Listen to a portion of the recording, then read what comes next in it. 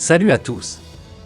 Abonne-toi à ma chaîne et mate la suite de l'actualité car les forces armées maliennes FAMA continuent de consolider les acquis opérationnels face à des terroristes de plus en plus fébriles. Cependant, ils disposent des capacités de nuisance reposant désormais sur la pose des engins improvisés, les tirs indirects et récemment des civils pris comme boucliers humains. L'état-major général des armées porte à la connaissance de l'opinion que les forces armées maliennes maintiennent leur dynamique offensive de recherche et de destruction des terroristes et leurs sanctuaires dans le cadre du plan Maliko et de l'opération Kélétigui.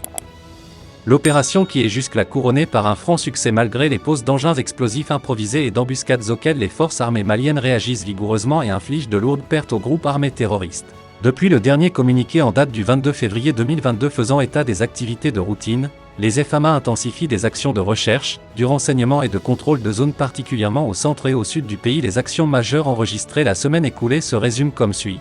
Sur le théâtre et de l'opération Maliko et l'unité FAMA ont contribué les missions de sécurisation des personnes et des biens dans les localités et sur les routes nationales 16,17 et 20.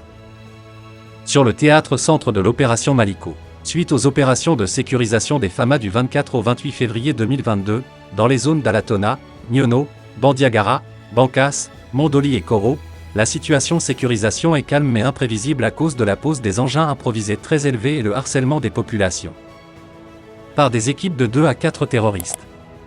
Cependant la peur a changé de camp, l'ennemi est en fuite vers les frontières ou en dissimulation dans la population. Le bilan fait état d'un véhicule FAMA touché par un EI-08 terroriste neutralisé, 03 bases démantelées, 07 suspects arrêtés.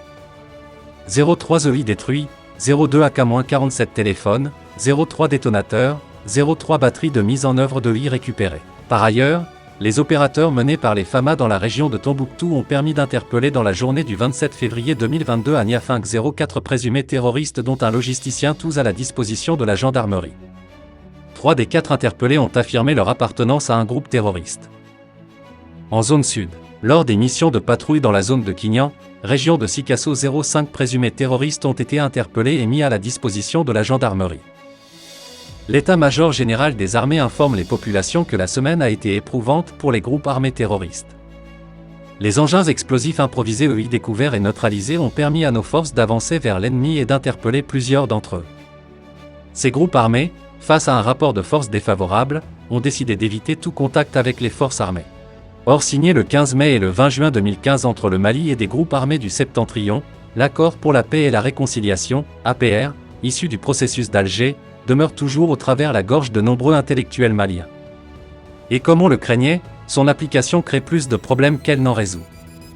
D'où la polémique soulevée à chaque étape comme on l'a vu récemment avec le projet de loi créant la police territoriale et qui a dû finalement être retiré au Conseil national de transition, CNT. Je crois que les Maliens de Paris qui ont marché récemment ont raison de penser que l'accord pour la paix et la réconciliation au Mali est caduc, commentait ainsi une source diplomatique. 7 ans après sa signature, certes des progrès ont été relativement réalisés. Mais, à ce rythme, il faudra attendre plusieurs décennies pour concrétiser sa mise en œuvre intégrale. Et cela parce que la majorité des Maliens, y compris les populations du nord du pays, ne se retrouvent pas dans cette application, a-t-il précisé. Ces échanges ont eu lieu suite à la polémique soulevée par la programmation de la création de la police territoriale au Mali. Inscrit à l'ordre du jour de la session extraordinaire du Conseil national de transition, CNT, le projet de loi sur la création de la police territoriale a été finalement retiré après la polémique soulevée par cette programmation.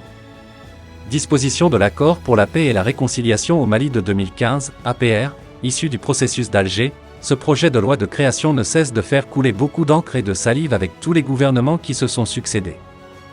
Et cela parce qu'ils sont nombreux les Maliens qui trouvent que ce texte porte en lui les germes d'une partition programmée du pays. C'est aussi d'ailleurs ce qu'on reproche le plus à l'APR. Le dernier retrait en date fait suite à un sit-in des syndicats autonomes de la police nationale qui ont émis des réserves sur les prérogatives et les futures missions de cette police territoriale.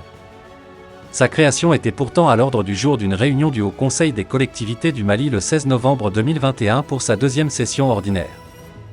Dans le projet de loi l'instituant, la police territoriale est placée sous l'autorité du président de l'organe exécutif de la collectivité territoriale de région ou du district qui en assure la coordination.